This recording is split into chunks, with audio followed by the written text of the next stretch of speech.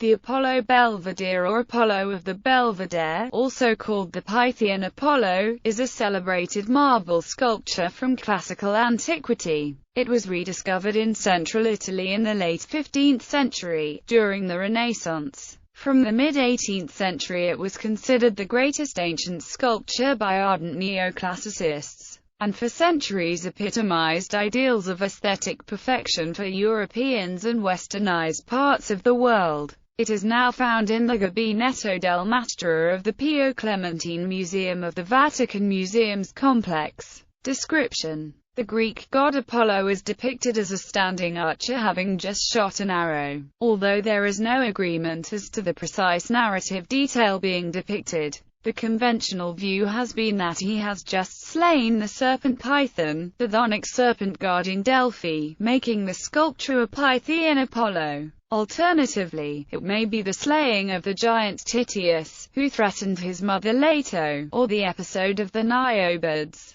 The large white marble sculpture is 2.24 meters high. Its complex contrapposto has been much admired, appearing to position the figure both frontally and in profile. The arrow has just left Apollo's bow and the effort impressed on his musculature still lingers. His hair, lightly curled, flows in ringlets down his neck and rises gracefully to the summit of his head, which is encircled with the strophum, a band symbolic of gods and kings. His quiver is suspended across his left shoulder. He is entirely nude except for his sandals and a robe clasped at his right shoulder, turned up on his left arm, and thrown back. The lower part of the right arm and the left hand were missing when discovered and were restored by Giovanni Angelo Montorsoli, a sculptor and pupil of Michelangelo. History: Antiquity. The Apollo is thought to be a Roman copy of Hadrianic date of a lost bronze original made between 350 and 325 BC by the Greek sculptor Leo Ceres. Renaissance. Before its installation in the Cortile del statue of the Belvedere Palace in the Vatican, the Apollo, which seems to have been discovered in 1489 in the present territory of Anzio, or perhaps at Grottoferrata where Giuliano della Rovere was abbot in commendam, apparently received very little notice from artists. It was, however, sketched twice during the last decade of the 15th century in the Book of Drawings by a pupil of Domenico Ghirlandaio, now at the Escorial, though it has always been known to have belonged to Giuliano della Rovere before he became pope, as Julius II. Its placement has been confused until as recently as 1986. Cardinal della Rovere, who held the titulus of San Pietro in Vincoli, stayed away from Rome for the decade during Alexander VI's papacy. In the interim, the Apollo stood in his garden at SS Apostola, Deborah Brown has shown, and not at his titular church, as had been assumed. Once it was installed in the Cortile, however, it immediately became renowned and the demand for copies of it arose. The Mantuan sculptor Pier Jacopo Allari Bonacolsi, called L'Antico, made a careful wax model of it, which he cast in bronze, finely finished and partly gilded, to figure in the Gonzaga collection, and in further copies in a handful of others.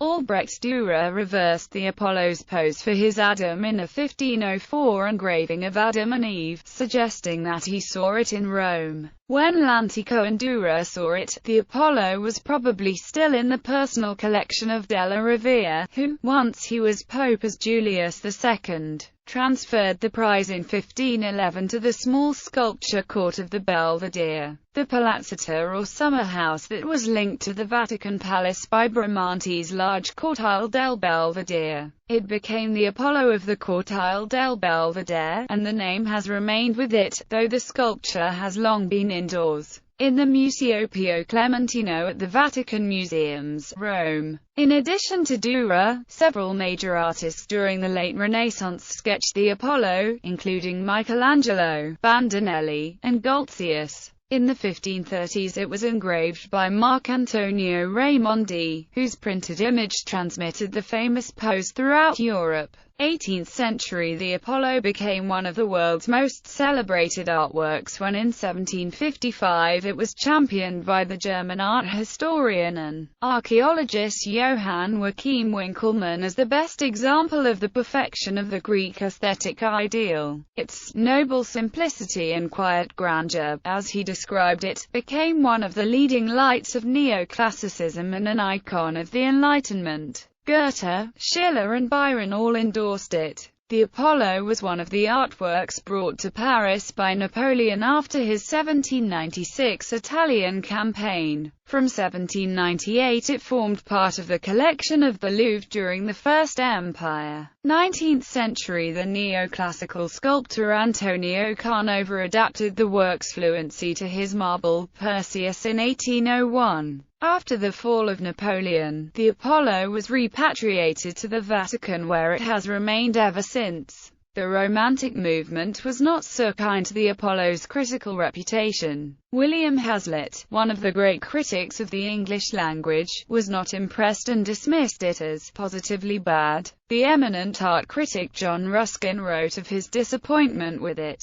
Finally, starting something of a trend among later commentators, the art critic Walter Pater adverted to the work's homoerotic appeal by way of explaining why it had been so long lionized. Nevertheless, the work retained much popular appeal and casts of it were abundant in European and American public places throughout the 19th century. 20th century, the critical reputation of the Apollo continued to decline in the 20th century, ultimately to the point of complete neglect. In 1969, a kind of epitaph was provided by noted art historian Kenneth Clark. For 400 years after it was discovered, the Apollo was the most admired piece of sculpture in the world. It was Napoleon's greatest boast to have looted it from the Vatican. Now it is completely forgotten except by the guides of coach parties, who have become the only surviving transmitters of traditional culture, influence. Dürer, Albrecht, Adam and Eve. Copies of the Apollo Belvedere appear as cultural props in Joshua Reynolds's Commodore Augustus Keppel and Jane Fleming. Later cantos of Harrington, Canova, Antonio, Perseus. In Childe Harold's Pilgrimage, Byron describes how the statue requites humanity's debt to Prometheus.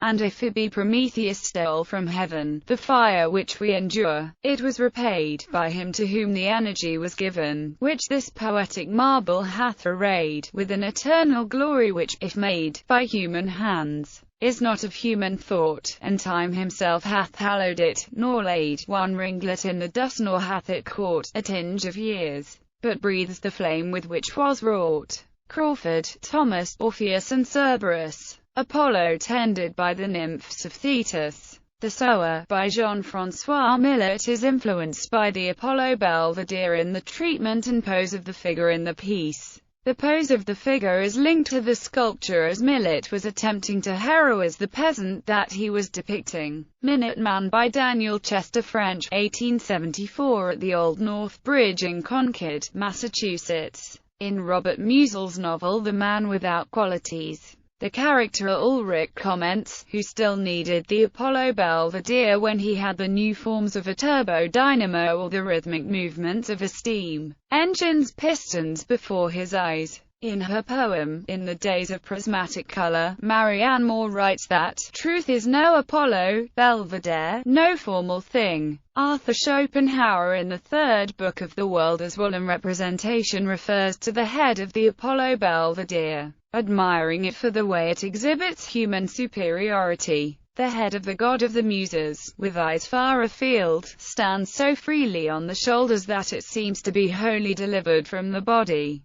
and no longer subject to its cares.